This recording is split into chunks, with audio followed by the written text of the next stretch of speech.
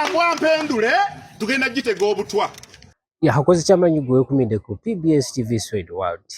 My name is Valiko Idris Obama Munansonga. Ningu lwaleero nsinzidde wano Kampala International University kano izaako kowuliraako. Ndi ku kasaawo lwaleero nenga kasooke nkutwale ku bimu ebitambula abasibe aba National Unity Platform babatadde. Naye ekibuzo kiri nti babatadde naye musango kyo gwali gubavunaaniddwa. Abasibe bano nno baasibibwa mu kalulu kali aka 2 era nga bamaze kumpi emyaka 5 nga bali mu nkumi. Naye ekibuzo kiri nti abasibe bano okusibibwa emyaka kumpi 5 ate n'omala n'obata. Ekibuzo kiri nti ekiri mu bantu bazza gwaki. Producer ajja kunnyamba kantere y'abasibe okuli Machete ng'ayogera ku gye tuli kiki ekyali kibasibisiza era zaako ki. Naye nno tusaba nti omusibe yenna edda ambatwaleko mu budde bw'edda bwe baakukwatanga ng'okoze omusango bakutwalanga mu kooti n'ofuna obwenkanya either ne bakusalira nti wakulu omusango.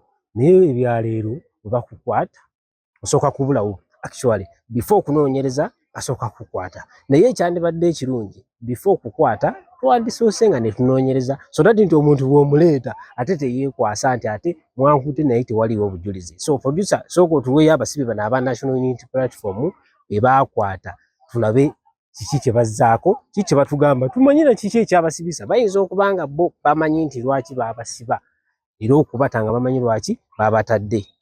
Ndi musanyufu nnyo okuba nga tuli wano ate ekinsinza okunsanyula kanso obadde tokyajjukira maze kulaba musajja munnamawulire nga ayambadde ekkanzu leero matikira ga Ssaabasajja Kabaka. Kituufu tufulumye ku matikira ga Ssaabasajja Kabaka kinangenda polisi naye ngera kanso babagambe sirina bingi byakwogera kuba nange kennyini mundaba ninga ataliiwo ninga atakkiriza nti ndi waddala mwenna mbalabanga mwe abatali baddala. Naye nsooka okwebaza baganda bange mmwe bannamawulire mutukoze obulungi obutenkanika. Nzirako okwebaza baganda bange benkoze nabo obusibe naddala abo omwenda. Bannange mbabulire okusalawo n'ogamba nti tukuwa mwezi gumu naye sigala. Bagamba abasajja bano bannange nga bazira. So baganda bange mbebaza okubanga mwadisaidinga bwe mutyo. Era mbebaza okubanga Katonda atuwadde omukisa ogw'okuyitudde mu nsi eno. Nzidako okwebaza Bannayuganda mwenna abali mu Uganda n'abali ebweru wa Uganda. Oyo gwe baali basibyeko ne gwe batasibangako bannange muyimirire naffe. Era tubasaba muyimirire naffe paka gye kakyukira kuba naffe tujjayimirira nammwe paka gye kakyukira. Ekirala nsembayo okwebaza bakadde baffe. Mama kyetaliwa mama gyoli bannaye nebaza maama oyo. Waliwo abantu waliwo ab'ekitongole ky'amakomero ne batuuka ne bagamba ne banne maama woyo yasoma kyenkana kino ne bagamba teyatuuka yadde mu pittu ng'alemeddeko nnyo alina gwe wekka. Banne nze first born wa maama oyo. Maama weebale kutuzaala ffenna abasibe. Nga tuvuddemu obubaka bw'abasibe be baatadde kankutwaleko Masaka. Omanyi ekiri e Masaka? Masaka ekutte muno Minisita Justin Nammere ne Balamu ebintu bikaaye. Mu kusooka wano nga balonda Nammere oyo bamu kubagamba nti Nammere anaakola oba taakole. Naye ekiri e Masaka ekyewuunyisa ku buno obudde tubadde tulowooza nti National Unity Platform eyagamba nti bagibyeko obuwagizi yeyandibadde nti saawa zino eteekawo embeera yonna eremesa Nammere okuba nti afuuka MP atuukiridde. Naye ekisasa kikino ate abali mu kibiina kye kyennyini ekya National Resistance Movement be bamukuba. Naye ekibuzo kiri nti Nammere yakola ki Bannamasaka? Kubanga abantu tulabyeko ababaka bangi abagenda mu byobufuzi n'atuukayo n'agamba nze ngenze naye mundeke kambayo example ya Katolubwama. Bannalubaga Katolubwama yabagamba nti banaye mumpe nange ngende ndiyeeko. Bannalubaga tebakola kibi naye ate nga bw'otunuulira Bannalubaga babuufu naye ne bagamba genda olye. Naye bwe baamala omuwa n'agenda n'alya olwakomawo tebaamuzaawo. Ekibuzo kiri nti Nammere kiki kye yakola Bannamasaka? Yavuddeyo n'akola statement nti mu Western Uganda abantu baayo beeyagaliza. Naye wano mu Buganda omwana bw'avaayo nti olw'okuba taata we minisita n'agamba nti lwaki ate omwana oyo mumukuba nnyo mumulanga kuba nti taata wange minisita ye n'ategeeza nti kyetwagaliza naddala wano mu Buganda ekibuzo kiri nti ffe abataategedde Nammeere bubi oba Nammeere teyategedde bantu bawangaaliramu. Ekibuzo ekirala kiri nti Nammeere abamulumba kati beeteeseteese nti Nammeere tali yeka. Kankuwa ekyokulabirako mujjukira saga ezaaliwo ezaali eza sipiika Anita Amonge Nammeere y'omu ku bantu be baakwata ne bamuteerawo immediately era ne tulowooza nti ono tagenda kudda naye ekyewuunyisa ati Pulezidenti Museveni kyakola tuba tuli awo n'amugondomelako obwaki obwa minisita. Abantu baavayo ne basima nti Nammeere tajja kulayira ekyamazima n'alayira. So obubaka bwange mbuwa naddala abatunuuliza ebyobufuzi nga babisonze mu Nammeere. Ekisooka Nammeere nga ye naddala mu abali mu NRM sigenda gamba bannuupu kuba abannuupu bo bagamba yabba obuwanguzi bwabwe naye kanjogere ku baganda bange abali mu kibiina ate Nammeere kyavaamu nti Nammeere ekyamazima kiri nti bw'olumba Nammeere obanga alumbye Pulezidenti Museveni kubanga Pulezidenti yayimuka nako n'agenda e Masaka okusolovinga ensonga za Nammeere. So abalumba Nammeere ne baminisita n'alabye minisita bali omunsi yavuddeyo n'agamba emirimu gye bali mu kukola si gye gisaanidde nga ye ategeeza nti kye balina okukola si bye balina okukikola naye nga kyo kyekituufu.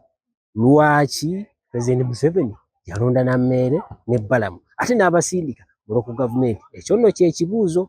So before okwataakinga omuntu kuba ebyobufuzi byonna tewali atuukiridde, to be honest bana Masaka kambabuulire ne bwe tunaleeta omuntu omulala ebyobufuzi abantu bajja buli muntu ajja na kike.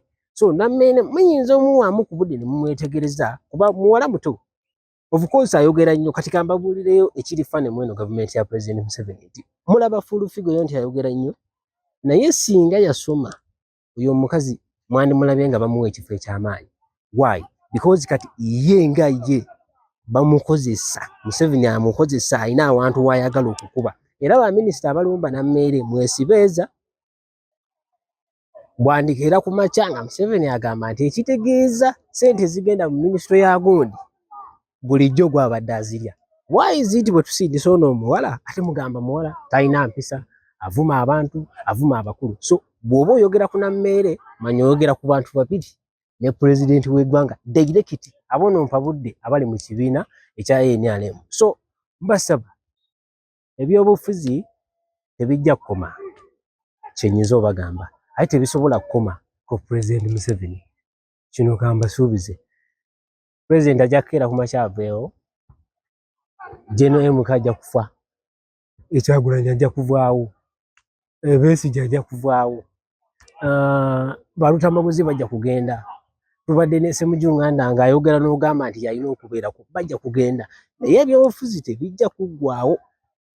So ebyobufuzi bisigala bitambula. Kyembasuubiza nti olwaleero regimu etufuga NRM naye bujja kuca ku makya ate waliwo endala. So tusaba mubeere bakkakkamu bana Masaka ebintu bijja. Nammeere bw'aba alina ensobi era zijja kuvaayo bagamba osera kiro emisana ne bakwabuluzaamu. So ebyo ebiri e Masaka naye ng'ekiri e Masaka Nammeere yategeezezza nti waliwo n'abaagala okumujja mu ntebe gy'alimu nti era munnaye twandiraba by election nga atezzeemu. Ekibuuzo kiri nti eyamuteekawo anakkiriza? Nange simanyi producer. Bwawa obuyinza powers of instrument ez'obwa minisita nga yatuyita embizzi takomya ku ekyo n'agamba Abaganda tebategeera n'agamba takimenyawo. Tulabika tugenda kutegeera enkondo gye tulina okuddako. Tugenda kunoonya enkondo entuufu. Bino mbyogera nga ssentebe w'NRM naye tukooye ejjoogo. Tukooye ejjoogo. Bwe twali tukubuulira ebyafa mu kalulu wano wagamba nti ebyo biri mu kkooti Pulezidenti watugamba biri mu kkooti tetubyogerako. Naye nkwagala nnyo Pulezidenti naye tugenda kubyogerako. Tugenda kubuulira abantu, tugenda kuta vidiyo weewuunye n'ababo bennyini nga bali mu kavuyo k'okuwanguza omuntu oyo ataawangula. Ate n'afuuka ekizibu. Bw'ebanga mbwa mpendule tugenda gitega obutwa. Bw'ebanga mbwa mpendule tugenda gitega obutwa. Yeah, alright. Ngamba okulisizaayo ku biri e Masaka. Ebiri e Masaka byo tebigenda kukoma. kankutwaleko okimanyi nti Uganda twandifuna omukulembeze nga yakulira UN ngono si mulala Olala Otuno. Musajja wa maanyi mu byobufuzi bya Uganda, musajja wa maanyi yaliko president wa Uganda People's Congress UPC, ali diplomat, is a lawyer, ebyobufuzi abimanyi. Katusabe naffe Uganda tufune omukulembeze mu UN, opportunity zibeerayo. So Olala Otuno tumusabira akawangule. Naye nga bw'otunuulira abamwesimbyeko naddala ensi ez'enjawulo ezirese ba candidate, nze ndabira ddala nti Uganda banaatubba bubbi Olala Otuno ekyo kifo akisobola kubanga musajja ali diplomat ate ebyobufuzi is a real politician. So ebyo ajja bisobola, naye ebyo byonna nga biri awo obadde okimanyi nti abakulembeze ba wano Africa ate mwana wattu batya nnyo President Yoweri Kaguta Museveni, y'omu ku basajja kwe tugenze tukolako search amanye ebyobufuzi. Singa tufuna omukulembeze oyo n'abeerayo nga yakulira UN, naffe Abannayuganda tusobola ofunamu. So Olala Otuno musajja wa maanyi, yazaalibwa nga 6 Septemba 1950. Kitegeeza ki? Kyakola akimanyi, kyakola akitegeera. So tumusabira akalulu kana akawangule kubanga is a Ugandan. Siraba nsonga lwaki tetuwagira ki muna Uganda. Manyi Abannayuganda kati tulina ekizibu nti omuntu bw'ajja bw'atuyinza ogamba ebintu bitukwatako, naye ensi Uganda tulina ogipromotinga nga tupromotinga abaffe. So tukwagaliza buwanguzi bwereere Olala Otuno. I hand Ambassador Olala Otuno to you so that he can brief you himself.